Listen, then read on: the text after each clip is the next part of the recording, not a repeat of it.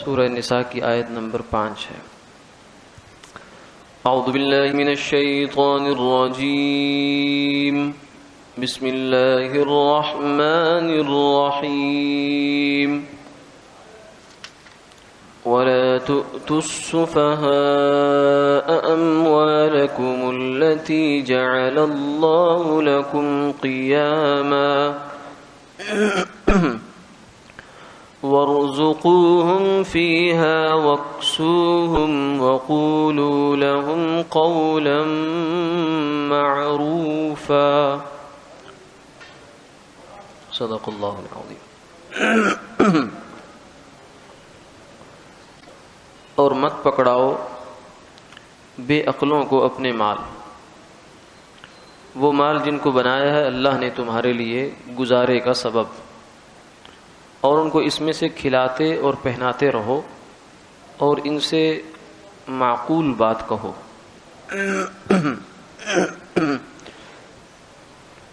اس آیت مبارکہ میں کی تفسیر میں دو قسم کے اقوال ہیں۔ ایک قول سید المفسرین حضرت ابن عباس رضی اللہ تعالی عنہما کا ہے، اور ایک دیگر مفسرین کا ہے۔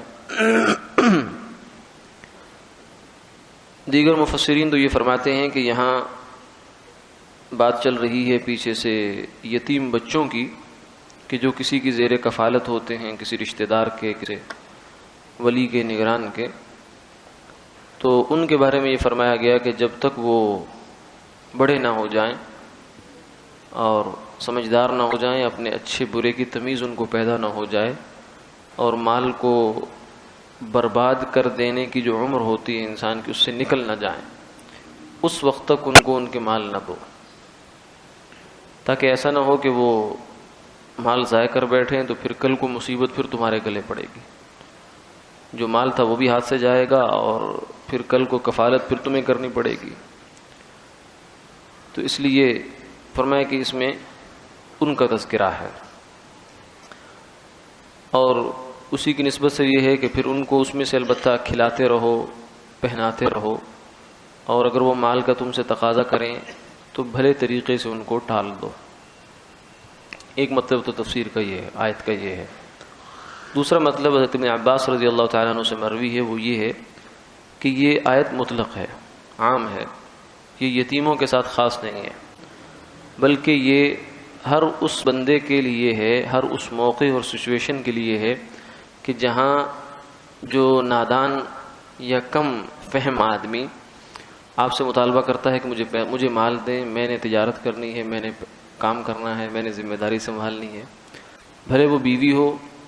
یا اولاد ہو، دونوں ہو سکتی ہیں۔ یہ مرد کو اللہ نے خاندان کا سربراہ بنایا ہے۔ الرجال قوامون علی النساء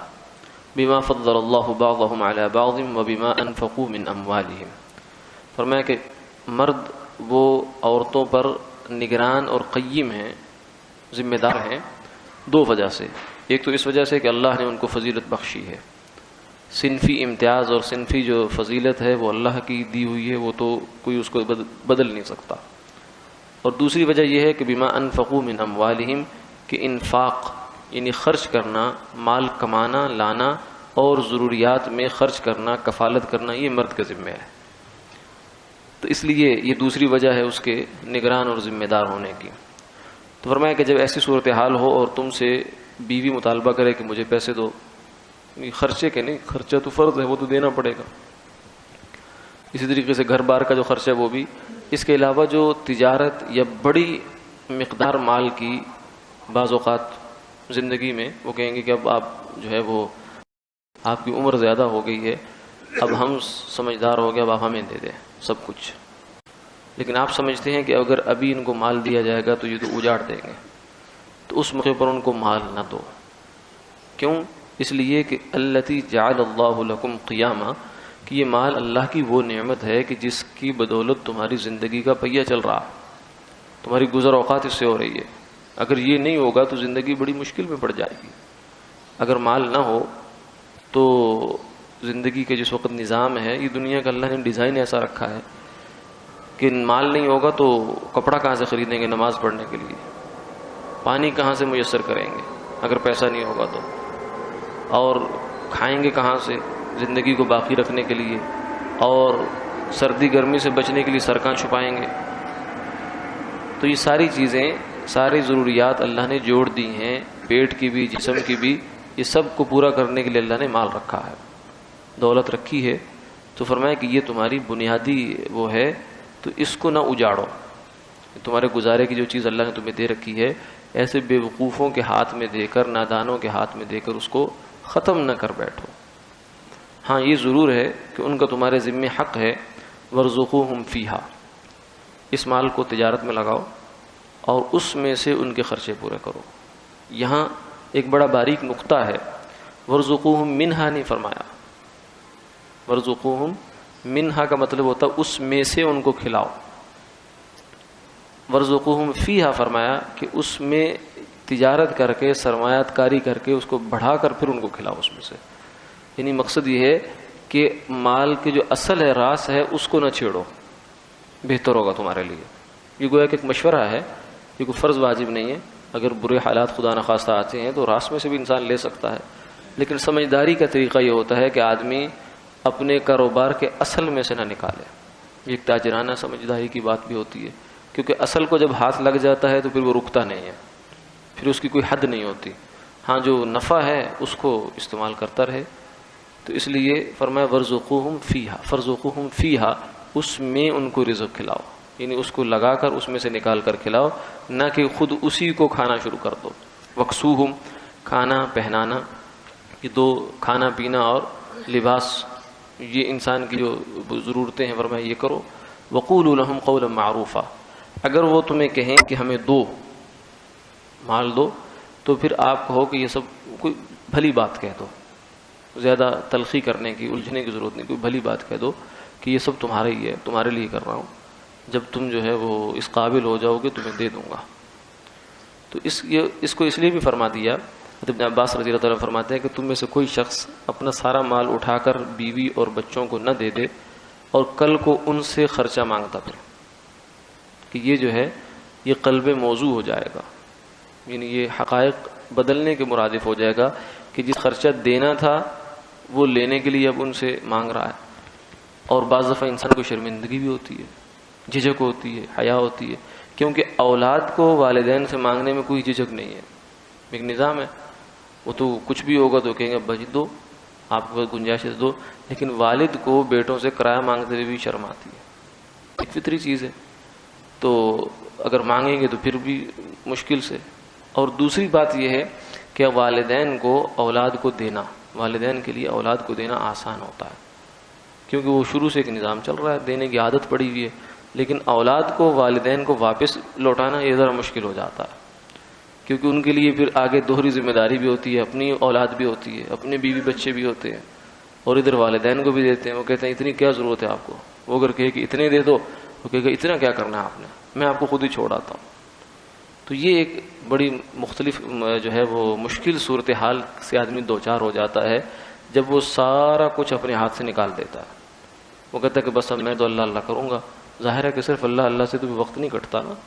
جب تک انسان زندہ ہے دنیا میں اس کے لین دین بھی ہیں، معاملات بھی ہیں، آنا جانا بھی رہے گا، رشتہ داریاں بھی رہیں گی، کچھ دینا دلانا بھی رہتا ہے۔ تو اس لیے فرمایا کہ یہ اپنے ہاتھ پاؤں کاٹ کر نہ بیٹھ رہو، لا تؤتوا السفہاء اموالکم، یہ سارا مال نہ دے دو۔ ہاں باقی یہ ضرور ہے کہ بعض دفعہ آدمی سمجھتا ہے کہ اب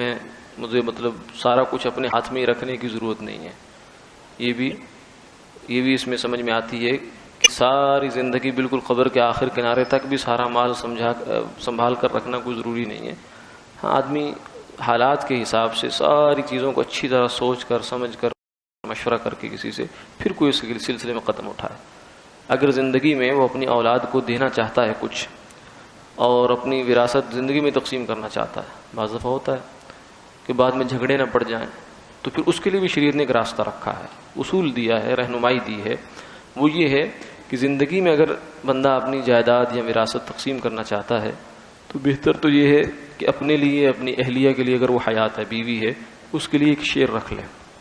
کوئی مناسب سا حصہ رکھ لے کہ زندگی بھر ان کو سوال نہ کرنا پڑے کسی سے، حتیٰ کہ اولاد سے بھی نہ کرنا پڑے۔ اور اس کے بعد جو باقی مال بچ جائے اس میں بہتر طریقہ تو یہ ہے کہ ساری اولاد میں برابر برابر تقسیم کر دے، حتیٰ کہ بچی اور بچے میں بھی فرق نہ ڈالے، بچی کو بھی اتنا ہی شیئر دے جتنا بچے کو دے رہا، بیٹی اور بیٹے دونوں کا، لیکن بلا کسی کراہت کے اگر وہ وراثت کے اصول پر بھی دے دیتا ہے، بچی کو آدھا اور بچے کو پورا، یا بچی کو سنگل اور بچے کو ڈبل، تو اس کی بھی گنجائش ہے، لیکن بغیر کسی معقول وجہ کے بچوں کے درمیان امتیازی سلوک کرنا، مثلا ایک بچہ ہے کہ اس کی جو گھر والی ہے وہ ذرا تلخ کلامی کرتی ہے ساس سسر سے، اس کا مزاج ایسا ہے، اللہ نے مزاج بنایا ہے، اور وہ اس کو کہتے ہیں کہ اس کو سمجھا، وہ بیچارہ سمجھا کے کہاں جائے، تو بالآخر یہ ہوتا ہے کہ والدین اس بیٹے سے بھی تھوڑا سا کھچاؤ پیدا ہو جاتا ہے ان کو، اب جب ایسے دینے کا وقت آئے گا وہ کہیں گے اس کو کم دو، اس کا کیا قصور بیچارے گا اس میں، بہو تو آپ ہی اپنے ہاتھوں سے لائے تھے، تو اب ظاہر ہے کہ جو کچھ ہے وہ سب کے ساتھ ہی ہے، تو اس لیے یہ غیر معقول وجہ ہوتی ہیں کہ فلاں کو جو ہے کم دے دو، یا بالکل ہی نہ دو، اس کو دے دو۔ ہاں، کسی کو بالکل نہ دینا یہ تو بالکل صحیح نہیں ہے، اور امتیازی سلوک کرنا یہ بھی صحیح نہیں ہے۔ ہاں، کوئی معقول وجہ ہو تو پھر کمی بیشی ہو سکتی ہے۔ معقول وجہ یہ ہو سکتی ہے مثلا ایک معذور ہے بچہ، یا وہ اس کو والدین نے دینی پڑھائی میں لگا دیا کہ تو حافظ بن جا، عالم بن جا، ظاہر ہے کہ دینی پڑھائی میں تو دین کے ماحول میں رہتے ہوئے وہ بہت زیادہ گزر اوقات تو ہو جاتی ہے ہمارے ماحول میں، لیکن وہ بڑی سرمایہ کاری یا بڑا تو نہیں کر پاتا، تو اس کو پھر والدین کو اس کو کچھ نہ کچھ جو ہے وہ کوآپریٹ کرنا پڑتا ہے، تو یہ ایک وجہ ہو سکتی ہے۔ وجوہات مختلف ہو سکتی ہیں، لیکن زندگی میں اگر کوئی تقسیم کرنا چاہے تو اس کے لیے آئیڈیل فارمولہ تو یہ ہوا، اور اگر کسی کو دے دیا اور باقی بچوں کو نہیں دیا تو یہ بڑا ظلم ہوتا ہے۔ نعمان ابن بشیر رضی اللہ تعالیٰ عنہ صحابی ہیں، فرماتے ہیں میری والدہ نے میرے والد بشیر سے زور لگایا کہ میرے بچے کو کچھ دو، ہو سکتا ہے 2 بیویاں ہوں، ایک بیوی زیادہ زور لگا رہی ہو، تو انہوں نے 1 سال تک تو کہتے میں ٹالتا رہا، پھر میں نے ایک غلام دے دیا ان کو، میں نے کہا ٹھیک ہے یہ تمہارے بچے کو دیتا ہوں، بیٹے کو دیتا ہوں، تو انہوں نے کہا کہ مجھے اس وقت تک تسلی نہیں ہوگی جب تک حضور صلی اللہ علیہ وسلم اس پر گواہ نہ بن جائیں، تو آپ کی خدمت میں آ گئے۔ جب آپ کی خدمت میں آئے تو آپ نے پوچھا کہ انا حلت کل بنی کا، کیا تم نے اپنی تمام اولاد کو یہ ہدیہ دیا ہے جو اس کو دے رہے ہو؟ کیونکہ ایک اچھی خاصی اماؤنٹ ہے غلام اس زمانے میں، تو فرمایا کہ نہیں، میں اسے صرف اسی کو دے رہا ہوں۔ فرمایا کہ فلا تشہدنی اذن فانی لا اشہد علی جور، مجھے پھر گواہ نہ بناؤ کیونکہ میں ظلم پر گواہ نہیں بن سکتا، یہ ظلم کر رہے ہو تم، اس لیے اس کو واپس کرو، اگر دینا ہے تو اولاد کو برابر دو، نہیں دینا تو پھر کسی کرنا دو، جب تم دنیا سے جاؤ گے آنکھیں بند کرو گے تو جو جس چیز کو ملنا ہے شرعی طریقے سے وہ خود ہی مل جائے گا، اس کے بھی اللہ نے ایک نظام رکھا ہوا ہے جو آگے رکوع میں آ رہا ہے۔ تو یہ فرما دیا کہ زندگی میں بہتر تو یہ ہے کہ جب تک گاڑی چلتی ہے چلاؤ، لیکن جب سمجھو کہ اب دینے کا وقت آ گیا ہے اولاد کو تو پھر بھی اپنا خیال رکھ کے، یعنی اپنے آپ کو محتاج نہیں بنانا، اور محتاج جو ہے انسان اللہ کا رہے تو اچھا ہے، سگی اولاد کا بھی اللہ نہ بنائے، اور دیتے وقت پھر دینے میں ان اصولوں کا اور ان چیزوں کا خیال رکھنا چاہیے۔ وآخر دعوانا الحمدللہ رب العالمین۔